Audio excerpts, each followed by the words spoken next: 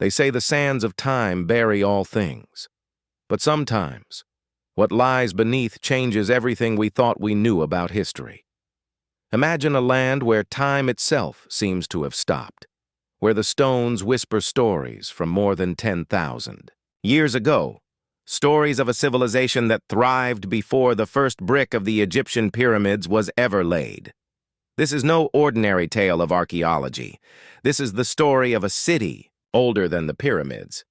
It began with a farmer, just a man tending his field on a quiet day in southeastern Turkey, in a place now known as Göbekli Tepe.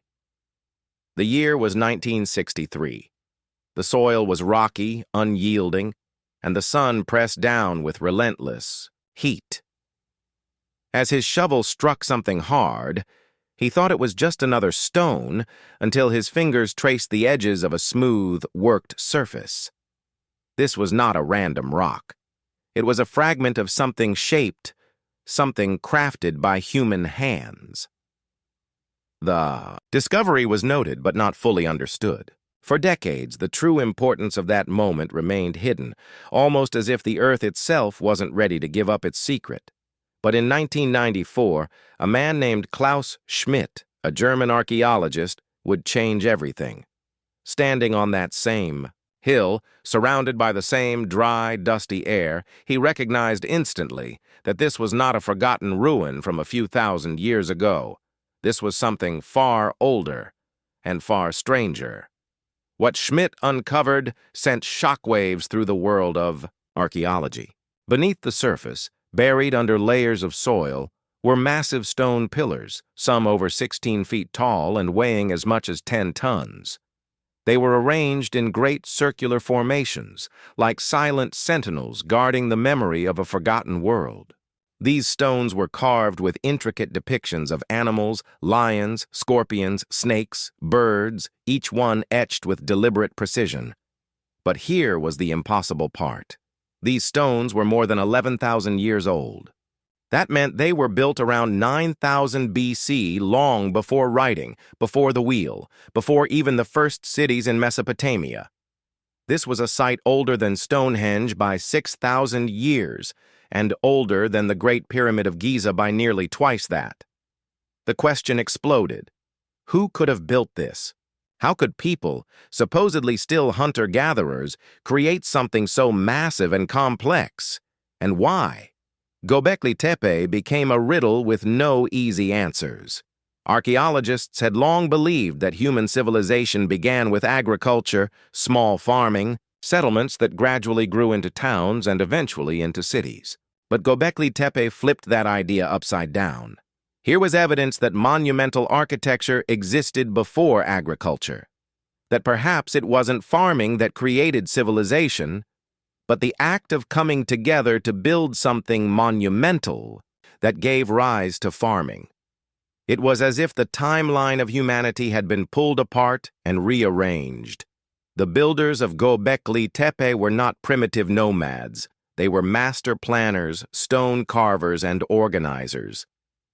The site suggested religion, or at least a shared spiritual vision, existed long before anyone thought possible, and yet the mystery deepened.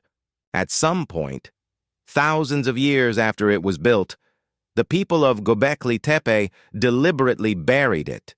They filled the circles with rubble, sealing them away as if trying to hide their own creation from the future. Why would they do that? What could have happened to cause an entire culture to entomb its own masterpiece? Some archaeologists suggest it was part of a ritual, marking the end of an era. Others believe it was an attempt to preserve the sacred site from destruction. But a few whisper about darker possibilities, that perhaps something about Göbekli Tepe was dangerous. The stones themselves seem to guard their secrets closely. The carvings depict not just animals, but scenes that some researchers interpret as astronomical maps, alignments with the stars and constellations as they appeared 12,000 years ago. If true, this means the builders were not just skilled artisans. They were astronomers. They understood the movements of the heavens with a precision that should have been impossible for their time. And then there are the patterns, the same animal symbols appearing again and again across different pillars, almost like a shared language. Could these be the earliest form of symbolic communication, the earliest religion, or perhaps even a forgotten science? For every answer, Göbekli Tepe offers 100 more questions. And perhaps that's the point. It stands as a challenge to everything we thought we knew, a reminder that history is far older and far stranger than we can imagine. Standing there today, amid the wind and the dust, you feel the weight of those questions pressing in on you. The stones rise from the earth like frozen waves, each one a message from a world that no longer exists. You can almost picture the people who stood here 11,000 years ago, the flicker of firelight against the carvings, the sound of chanting, the sense of connection to something vast and eternal. And you realize something unsettling. Civilizations rise and fall, but the earth remembers. It keeps its secrets, waiting for the right moment to reveal them. Göbekli Tepe is not the only ancient site to challenge our understanding of history, but it may be the most profound. It forces us to question the story we've been told, the neat, linear progression from primitive to advanced. It hints at lost chapters, forgotten experiments in civilization, moments when humanity reached heights we no longer remember. But perhaps the most haunting thought is this. If a place like Göbekli Tepe could exist and be forgotten for thousands of years, what else might be out there, still buried beneath the soil? How many more cities older than the pyramids lie waiting, their stones whispering in the dark? And so the story begins, not just of a city, but of a puzzle. One that will take us across continents and through centuries of buried history, chasing the echoes of civilizations we have only begun to rediscover. Because when archaeologists found Göbekli Tepe, they didn't just find stones, they found a mirror held up to humanity's past, and perhaps a warning for its future. The air at Göbekli Tepe carries a silence that feels heavier than mere absence of sound. It is the kind of silence that seems to hum, as if the stones themselves are remembering. Archaeologists tread carefully here, not just out of respect, but because every inch of soil might hide a fragment of the truth. And the truth, as it slowly emerges, is rewriting the story of humanity in ways no one expected. When Klaus Schmidt first began systematic excavations in the mid-1990s, he quickly realized that what they were uncovering was only the tip of the iceberg. Ground-penetrating radar revealed that beneath the surface lay dozens more stone circles, still buried and untouched. The scale was staggering. Göbekli Tepe wasn't just one monumental structure, it was an entire complex, perhaps a ceremonial center for a vast region. The thought was staggering. If each of these megalithic circles had been carved, transported, and raised without metal tools, wheels, or draft animals, then the coordination, manpower, and vision required were unlike anything historians had attributed to people of that era. This wasn't a random gathering of tribes. This was organized, deliberate, purposeful. Schmidt proposed something radical. Göbekli Tepe may have been humanity's first temple, a sacred meeting place where scattered bands of hunter-gatherers came together to share rituals, stories, and perhaps even trade. And in doing so, they may have laid the foundations for the first complex societies. But this idea raised another question: why here? The location of Göbekli Tepe is no accident. It sits on the highest point of a mountain ridge, overlooking a fertile valley. From here, you can see the horizon stretch for miles in every direction.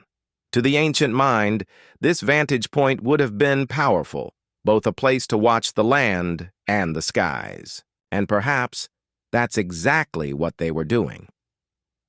Some researchers have suggested that certain carvings on the pillars align with celestial events. One pillar, known as Pillar 43, has become especially famous. It features a series of animal, Symbols arranged in a way that some believe depicts a specific date in the ancient past, possibly connected to a comet strike or a catastrophic event in human history. If true, it would mean Göbekli Tepe was not only a spiritual site but also a place of astronomical knowledge, a prehistoric observatory where the movements of the stars and planets were carefully recorded. And if they could track the heavens, could they also predict seasonal changes, migrations, and cycles of the natural world? But perhaps the most tantalizing mystery is not how it was built, but why it was buried. Imagine the generations who came, after carrying stones and soil to fill in these massive circles, erasing them from sight. This was not an accidental collapse, not the slow reclaiming of nature. This was intentional. Some think it was an act of reverence, preserving the sacred, site for future generations. Others believe it was the end of an era, a cultural shift so profound that the old ways had to be literally covered up. And there are those who whisper that something darker happened, that perhaps the site's purpose had been fulfilled, or that it had become dangerous in ways we can no longer understand. Göbekli Tepe challenges our comfortable narrative that civilization is a steady climb from ignorance to knowledge. Instead, it hints at something far more complex, periods of advancement followed by loss, knowledge gained and then forgotten, cultures rising and disappearing without leaving a trace. And this is where the story takes an even stranger turn. Göbekli Tepe is not alone. Across the world, other ancient sites are beginning to reveal themselves, structures that don't fit neatly into our timelines, that suggest humanity has been building, experimenting, and organizing itself for far longer than we've been told. From the massive underwater ruins off the coast of Japan at Yonaguni, to the sprawling city of Caral in Peru, older than the pyramids and Stonehenge, these places whisper of a forgotten age. Were they connected? Did knowledge travel across vast distances carried by traders, wanderers, or shared myths? Or did humanity in different places and times simply arrive at similar ideas because the need for meaning, for sacred space, is universal? Schmidt worked at Göbekli Tepe until his death in 2014, and in his lifetime, he managed to uncover only a fraction of the site. By his estimates, less than 5% of it has been excavated. The rest remains hidden, waiting.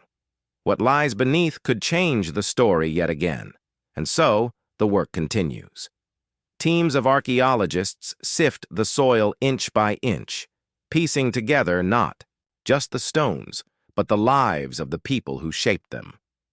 The tools they used were simple, flint blades, stone hammers, but the vision behind their work was anything but. They understood geometry, balance, and the permanence of stone. They understood that to carve something into rock is to speak to the future. What they were trying to say is still debated. Was this a place to honor ancestors? A stage for rituals that bound the community together? A map of the cosmos etched in stone? Or perhaps all of these things at once? Standing in the shadow of the pillars, you begin to feel the weight of that unanswered question. You realize that the gap between us and them is not one of intelligence, but of memory. We have lost their story, their reasons, their dreams. The stones remain, but the voices are gone. And yet maybe that is why sites like Göbekli Tepe matter so deeply. They are the bridges to a world that could so easily have been erased entirely. They remind us that the human drive to create, to gather, to seek meaning is not new, it is ancient, older than the first plowed field or written word. Perhaps the most haunting truth of all is that the builders of Göbekli Tepe were not building for themselves. They were building for us, for someone someday to stand here and remember. We often think of history as a straight line leading to the present, but here, in this quiet Turkish hill, you begin to suspect it is more like a circle, like the great stone rings buried beneath your feet, a story that loops back on itself again and again, each time revealing something new, yet achingly familiar. And as the sun sets over the valley, casting long shadows across the stones, you can't help but wonder, If a city this old could be lost to time, what else have we forgotten? And what other truths lie waiting just beneath the surface? When you leave the wind-swept heights of Göbekli Tepe, the sense of wonder doesn't fade. It lingers, reshaping how you see the rest of the ancient world. Because once you've stood in a place that's 12,000 years old, the idea that civilization began just a few thousand years ago starts to crumble. And you realize that Göbekli Tepe might just be the first chapter in a much larger, far older story. Across the ocean, in the dry river valleys of Peru, lies another puzzle, one that was hiding in plain sight until the late 20th century. This is Caral, a sprawling complex of pyramids, plazas, and residential areas that date back nearly 5,000 years. At first glance, Caral might seem like the kind of ruin you'd expect from ancient South America. But here's the twist. It was built around the same time as the earliest Egyptian pyramids, and yet there is no evidence of warfare, fortifications, or conquest. Instead, Caral appears to have been a city built on trade, culture, and ritual. Archaeologists found musical instruments, intricate textiles, and massive ceremonial platforms, but no weapons. In our modern mindset, we tend to imagine ancient greatness being forged through conquest. But Caral suggests something different, that perhaps the earliest cities weren't always born in blood, but in song, in ritual, and in shared belief. Still, Caral is young compared to Göbekli Tepe. To find something even older, we have to turn our gaze toward the ocean. Beneath the waves off the coast of Japan lies a place that could rewrite history. Once again, the Yonaguni Monument. Discovered in 1986 by a diver exploring the seabed, Yonaguni is a massive, stepped structure that looks like a sunken pyramid, complete with terraces, platforms, and sharp geometric edges. The debate rages on. Is it a natural formation, or the remains of an ancient city swallowed by the sea? If it is man-made, the implications are staggering. The last time this part of the ocean floor was above water was over 10,000 years ago, meaning Yonaguni would be at least as old as Göbekli Tepe, possibly older.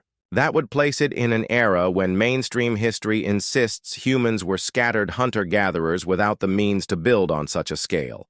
This theme repeats itself again and again around the world, structures that don't fit the official timeline. Cities whose stones seem to whisper of knowledge we thought humanity didn't yet possess. Take Jericho, for example. Known today as a modern Palestinian city, Jericho is also one of the oldest continuously inhabited places on Earth. Archaeological digs have uncovered a massive stone tower dating back about 9,000 years, long before the first Egyptian pharaoh. No one knows exactly why it was built. Was it for defense, ritual, astronomy? The fact that people were building monumental stone architecture at such an early date forces us to rethink how quickly human society advanced after the Ice Age. And then there's Çatalhöyük, in central Turkey, a vast Neolithic settlement that thrived around 9,000 years ago. There were no streets here. Homes were built tightly against each other, entered from the roof. Inside, the walls were painted with vivid murals, and the dead were buried beneath the floors of their own houses. It was a world both alien and familiar, a place where art, ritual, and daily life were inseparable. What's striking is that none of these places exist in isolation. You can draw a mental map of the ancient world, linking Göbekli Tepe to Jericho, Jericho to Çatalhöyük, Çatalhöyük to Caral, Caral to Yonaguni, and beyond. Each is a fragment of a forgotten network of human ingenuity. This raises the question, were these just independent sparks of civilization, or were they connected in ways we can't yet prove? Some archaeologists and historians believe that early human societies may have been far more interconnected than we think. Even without writing or advanced ships, ideas can travel through stories, songs, and trade goods passed from hand to hand across vast distances. It's possible that what we call civilization didn't start in one place and spread outward, but bloomed like wildflowers in many fields at once, with seeds carried by wind and chance encounters. But there's another, more controversial idea, one that stirs debate wherever it's mentioned. What if there was a civilization before the ones we know? A civilization advanced enough to leave behind great monuments, but destroyed by some cataclysm long before history began. The end of the last ice age, around 12,000 years ago, was marked by massive climate shifts, flooding, and the sudden rise of sea levels. Entire coastlines vanished beneath the waves. If people had built cities along those ancient shores, most would now lie hidden deep underwater, waiting for divers or technology to find them.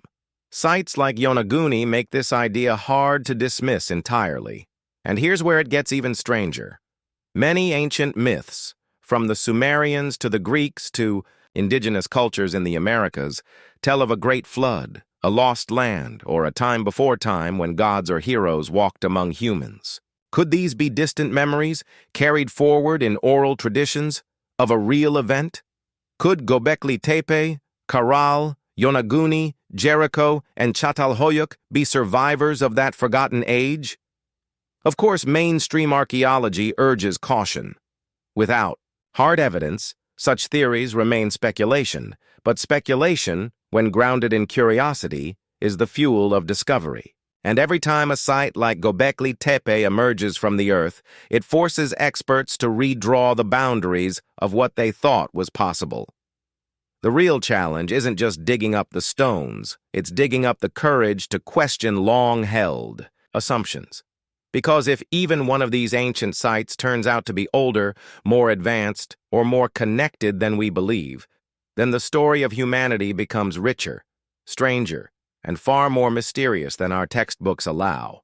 And that might be the most thrilling part. When you start comparing these ancient sites, a pattern begins to emerge, one that feels almost too precise to be coincidence. Across continents, across millennia, people were building in ways that echoed one another.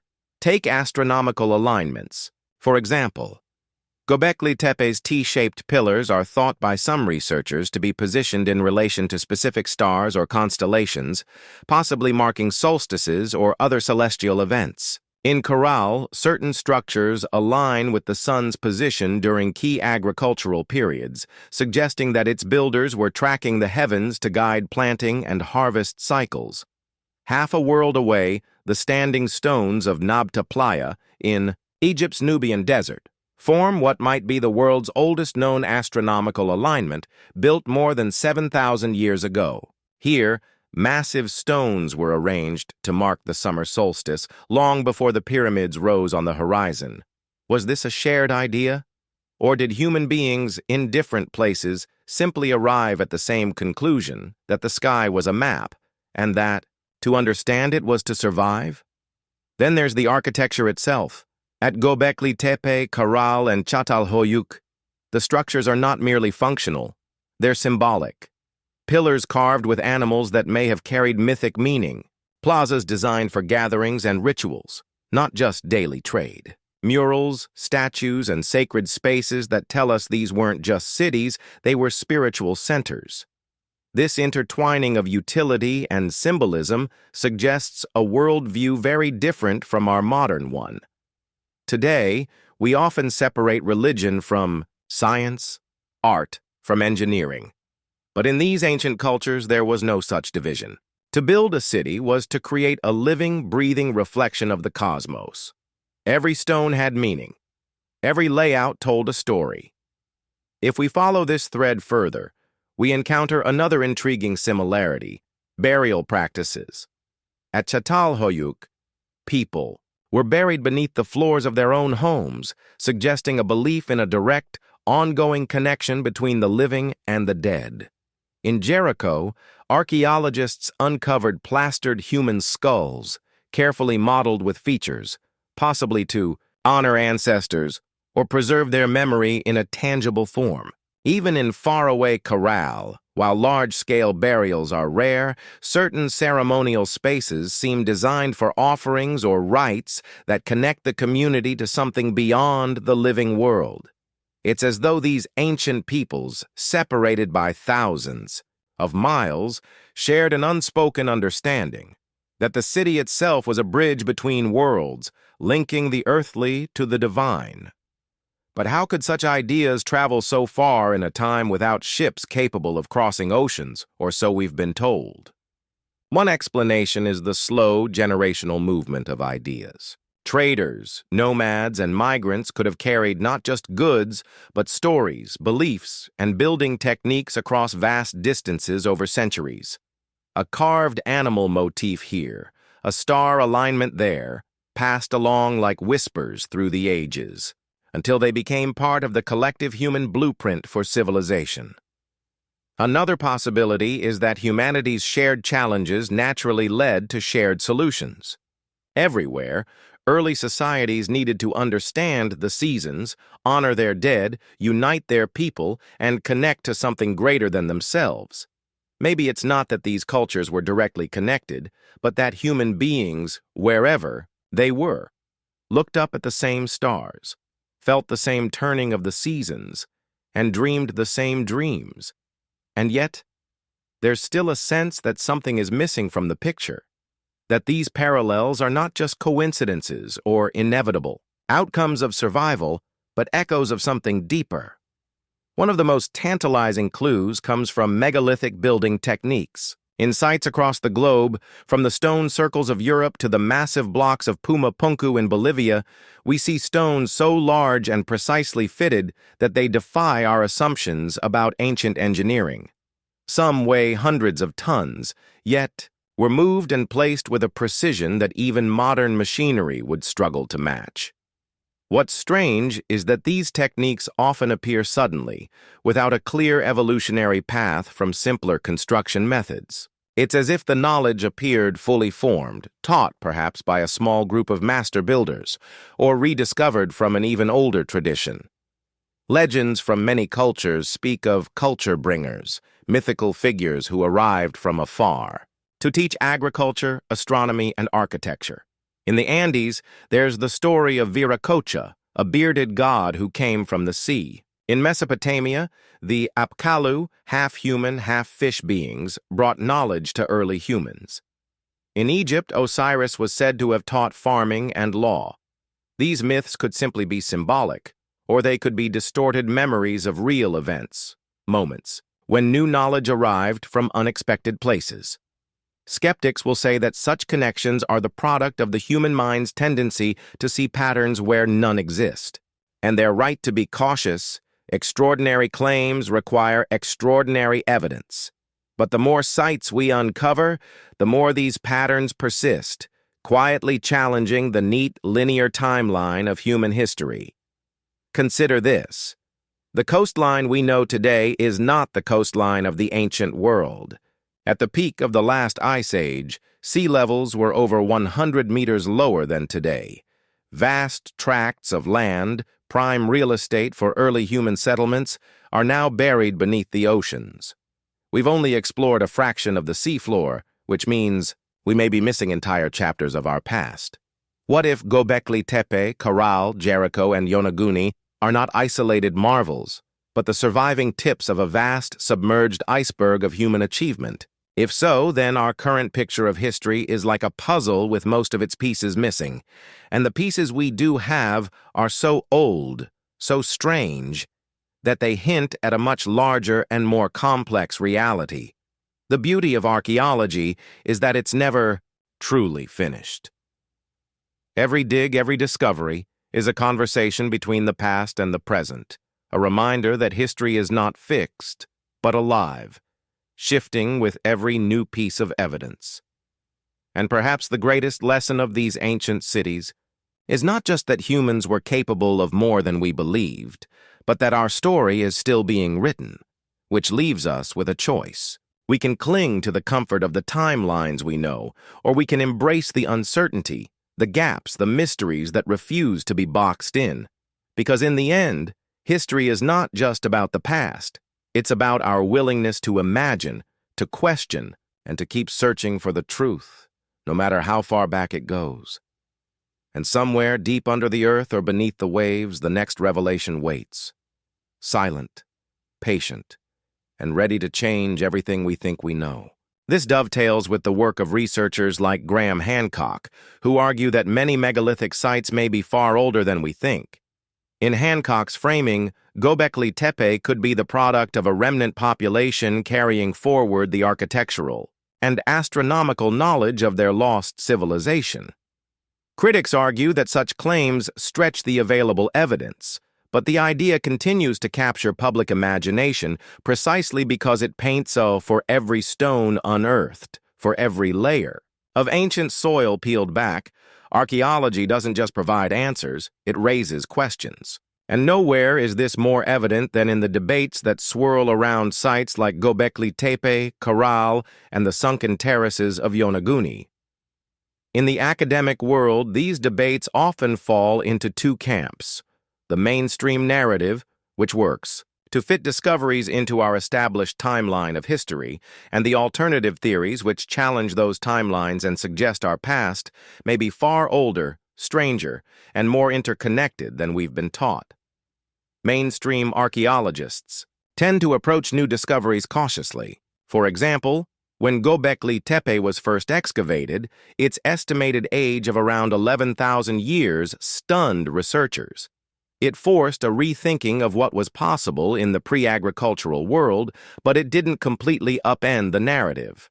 Instead, scholars adjusted the timeline, suggesting that perhaps organized religion and monumental construction came first, and agriculture followed, a reversal of the previous assumption. This reinterpretation is still monumental in its implications, but it stops short of proposing lost civilizations or forgotten high-tech societies. It stays within the boundaries of what can be directly supported by physical evidence, carbon dating, stratigraphy, and material culture. On the other side are the alternative history researchers, independent scholars, and yes, sometimes fringe theorists. They look at the same evidence and see something else entirely: signs of a global, advanced human culture that existed long before the dates accepted by academia. They point to the precision of the stonework at sites like Pumapunku in Bolivia, or the megalithic blocks of Baalbek in Lebanon, as examples of engineering far beyond what supposedly primitive societies could achieve. Some go further still, proposing catastrophic events like massive asteroid impacts, supervolcano eruptions, or sudden sea level rises that wiped out this advanced world, leaving only scattered survivors to cede knowledge to later cultures. In this telling, sites like Göbekli Tepe are not the beginning of civilization, but the remnants of its rebuilding. The tension between these viewpoints can be fierce. Mainstream archaeologists accuse alternative theorists of cherry-picking evidence, misinterpreting data, or indulging in speculation without proof. Alternative researchers counter that academia is too conservative, too invested in defending existing paradigms, and too quick to dismiss anomalies that don't fit the model. 1. Flashpoint in this debate is Yonaguni, the underwater formation off the coast of Japan. Discovered in 1986, it features massive stepped terraces and geometric shapes that some argue are clearly man-made. Mainstream geologists often attribute them to natural erosion, pointing out that sandstone can fracture in regular patterns. But proponents of the man-made theory argue that certain features, like what appears to be a road, a gate, and a massive staircase, are too precise to be purely natural. This question of intentionality, natural versus human-made, is at the heart of many archaeological controversies. The difference between a weathered rock formation and an ancient monument can be subtle, but the implications are enormous.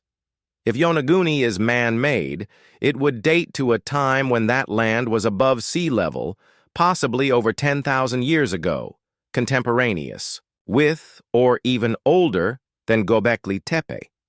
That would make it one of the oldest known human structures on Earth. Another source of controversy is the interpretation of artifacts and carvings. At Göbekli Tepe, for example, some of the animal carvings have been linked by researchers Martin Sweatman and Dimitrios Tsikritsis to astronomical constellations, potentially representing a record of a comet impact around 10,950 BCE.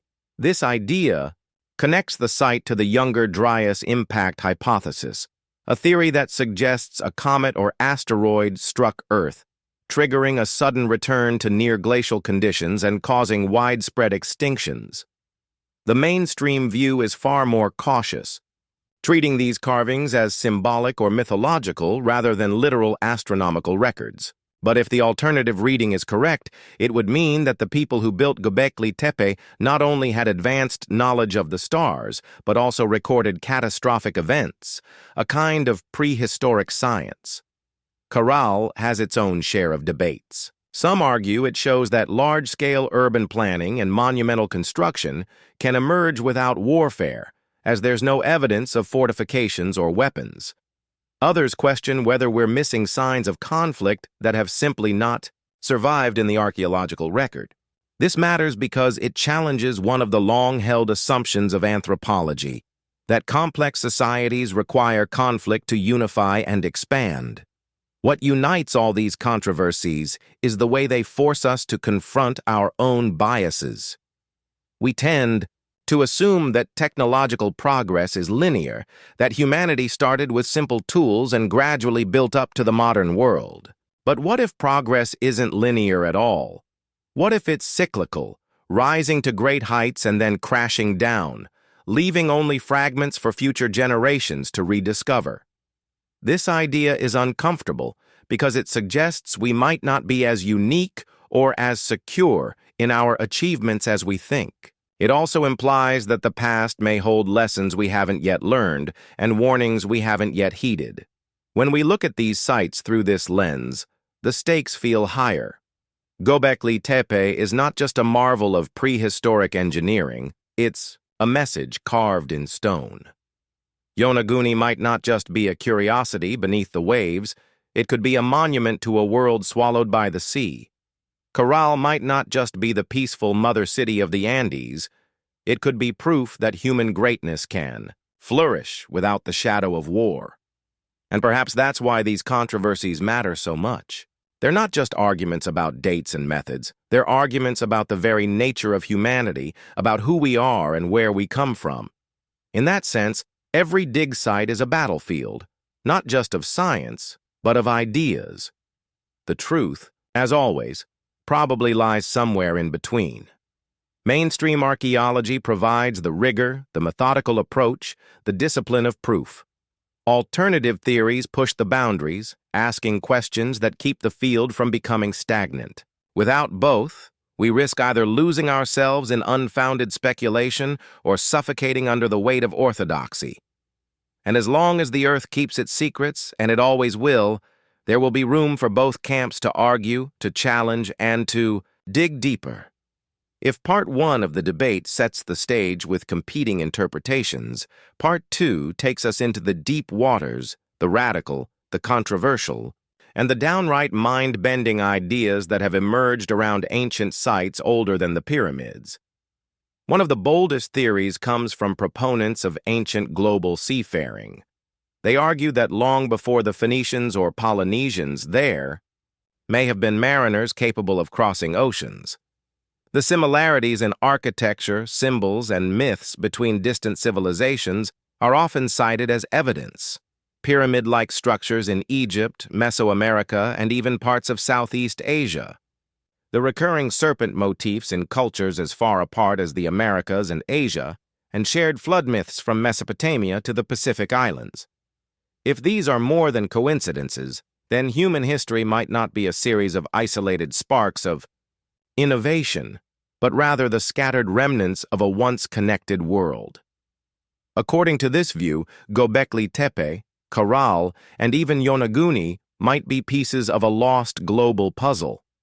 Some theorists take this further with the concept of Atlantis, not necessarily as Plato described it, but as a stand-in for an advanced prehistoric civilization wiped out by cataclysm. The Younger Dryas impact hypothesis often features heavily in these discussions, suggesting that around 12,800 years ago, a massive comet impact or airburst caused rapid climate change, sea level rises, and the collapse of ecosystems. If a global, culture did exist, such a disaster could have obliterated its cities, leaving only scattered survivors. Grander, more dramatic picture of human origins. Then there are the theories about ancient technology, ideas that border on the incredible but are difficult to dismiss entirely.